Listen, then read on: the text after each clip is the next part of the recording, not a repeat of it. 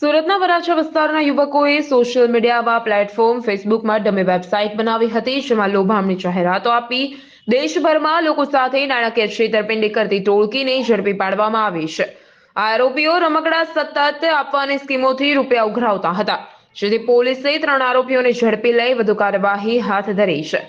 Facebook ઉપર Flipkart નામની dummy website બનાવીને રમકડા વેચવાના બહાને છેતરપિંડી કરવામાં આવતી હતી। માત્ર 389 રૂપિયામાં રમકડાની લોભામણી સ્કીમો આપી છેતરપિંડી કરવામાં આવતી હતી અને અલગ અલગ 3500 થી વધુ લોકો સાથે છેતરપિંડી કરવામાં આવી હતી। આ ટોળકી પોલીસ ફરિયાદ નહીં થાય તે માટે નાની નાની રકમની છેતરપિંડી કરતી હતી।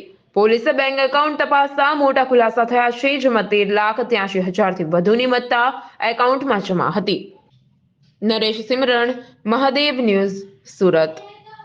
સુરત શહેરના વરાછા પોલીસ સ્ટેશન વિસ્તારમાં બાબો બેબી ખિલોના ઓનલાઈન વેબસાઇટના નામે રૂપિયા 389 યુપીઆઈ આઈડી આપી અને જમા કરાવી અને છેતરપિંડી થયા અંગેની ફરિયાદી સાગરભાઈ મનોજભાઈ જોશી નાઓએ પોલીસ સ્ટેશને આવી અને પોતાની સાથે છેતરપિંડી અને ઓનલાઈન ચીટિંગ થયાની ફરિયાદ આપતા વરાછા પોલીસ સ્ટેશનના પીઆઈશ્રીએ ફરિયાદ નોંધી અને તાત્કાલિક આ ગુનાની તપાસ હાથ ધરતા આ ગુનાના કામે કુલ 3 ઇસમોને પોલીસે કસ્ટડીમાં લીધા છે અને પૂછપરછ તપાસ ચાલુ છે।